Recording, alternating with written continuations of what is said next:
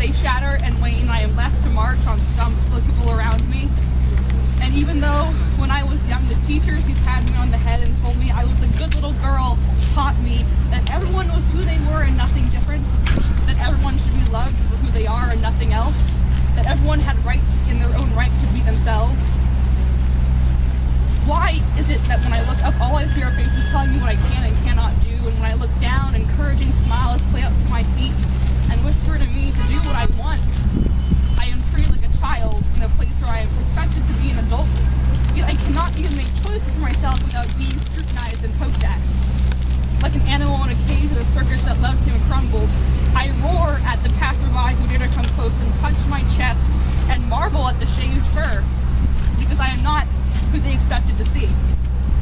My face screams lamb, but my body yells lion, and they don't know what to believe. So I tell them that I am a mixed breed.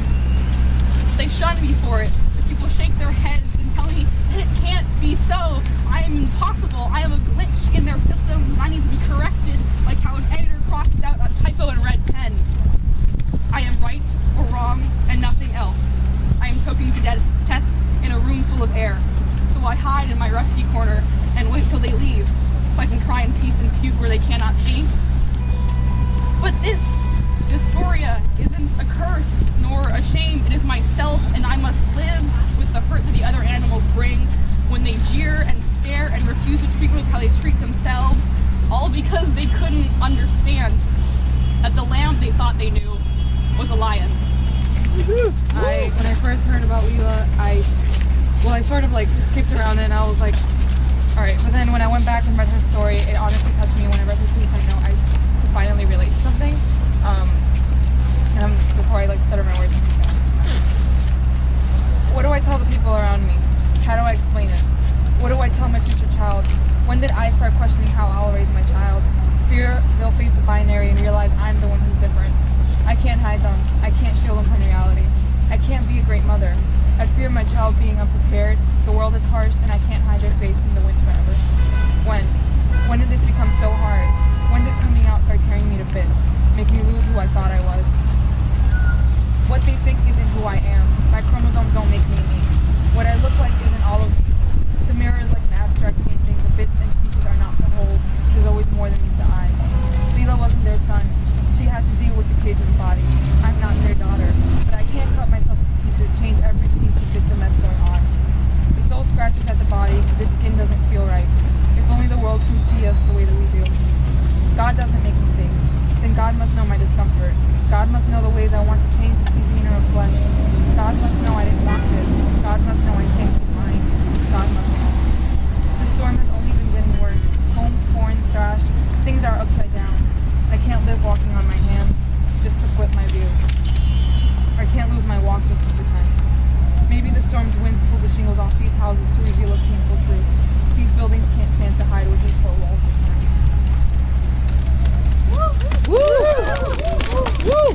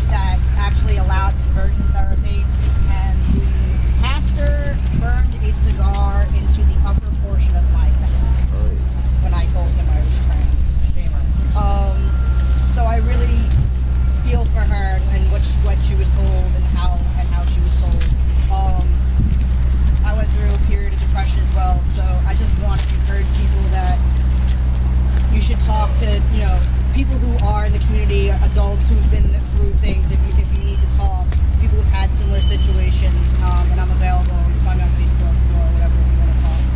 I'm always here. Thank you. Any other?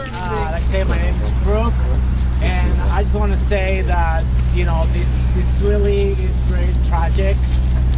Being socialized as a boy is the most traumatic thing that happened to me, and there were a lot of traumatic things happening to me. So I don't wish it upon anyone. If you're a woman, you don't want to be socialized as a boy. That's horrible. I'm a woman of transgender experience, and I dedicate my life to end this. I want people not having to go to the trauma of having, to transition twice. Now I'm just starting my transition 2 years ago. I started medically transitioning, my puberty. I feel so much better. We have 13 women murdered since last year, and they were all transgender women of color. That is something that is not separate from Leelah. Having all these women murdered and no one talking about it just because they're women of color. I mean, that's the trifecta from hell. You are a woman, you are transgender, and you're of color. You don't count in the system. So we need to keep being together. Especially, subscribe to Jennifer's and be with the updates, events in our community, because mainstream media is never going to be here. Where are they? You have to hold them accountable. Why aren't they here covering this? We are all the same, right? According to our Constitution, according to the Declaration of Human Rights. But it's not the same because we have no media here to cover this event, to send a message to other girls like Leelah that they're not alone. That's why we're here. Every time something happens to you, reach out to Jennifer, reach out to me, reach out to the Transgender Women of Color Collective, Black Trans Media. There's a lot of projects that need funding. You need to fund Jennifer's website so we continue to have a way to be all together. Cisgender, transgender, we're all one. Thank you. Thank you for being here. Is Greta from This was someone's child, and I couldn't believe how badly they were treated by their parents. And it saddened me when I read about it, and I can't, it's really, it brings a lot of emotion for it, because you're sitting there, you're talking about your fellow human beings, like the other guy said. Everything else does not matter. You're still a human being. You've got to treat people, no matter however they identify. It doesn't matter. They're human beings. You've got to treat them like they are human. They have emotions, they have feelings, they have needs, and everything like that. And I just can't understand how people can sit there and reject a person it's no good reason. It's like we have to look after each other, no matter what. And if we don't start doing that, we're in a lot of trouble. That's all I gotta say. Thank you. Woo. Yes! Oh, I'm sorry, I'm crying already. So I wanted to come today because I think oftentimes, just like Leah, we don't often see a face to this struggle. And for me, when I came out and I was talking about the violence that I experienced in the community from family members, I don't think oftentimes it was understood that I was looking for support, and not just financial support, right?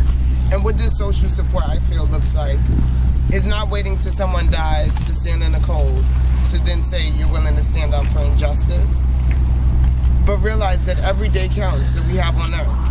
And for another young girl that I have the privilege to live freely and happy, but she didn't, right? And it was like, I remember when I got the message and they asked me, can you please come, can you at least speak and give a voice? But I think all of us are a voice here today, because even if we don't experience violence because of our gender identity or our sexual identity, right? In a sense, because what is sex nowadays? What is gender identity? Because even if you say you identify as a female, when you die, you can be buried as a man. Just like what Leah experienced. And it saddens me that from the year of 2012, in general population, it's 40,000 suicide attempts. And over 60,000 succeed at that attempt. And as an LGBT community, we often look at the numbers of the people who make it, but we don't look at each other who's just surviving. So I think if you can use your life as an example of not just survival, but of support, you can then make a movement by reaching out to GLSEN, starting your own projects, like the T-Word. I was honored to go to Germany last week, and I don't think many of us understand our privilege as a community. Because there are people who get walked up to and not even asked, are you a woman or are you a man? Are you a sin is what I was asked. And he says, I don't mean this to offend you, but that's things just like what Leah experienced, right? She died as a sin, but we know that's not true. She died as a human who often went unaccounted for, whose life didn't matter to many other people. And I just say thank you to everyone who came to show that her life did matter, that our lives matter, right, as a human race. Because oftentimes we think we're looking for individual rights, and we're not. We're looking for the human right to live freely, happy, express who we are, and not be ridiculed. To not be identified as an abomination, but as a human, as a person of being, a person of human experience. And I just say, don't let her life end here.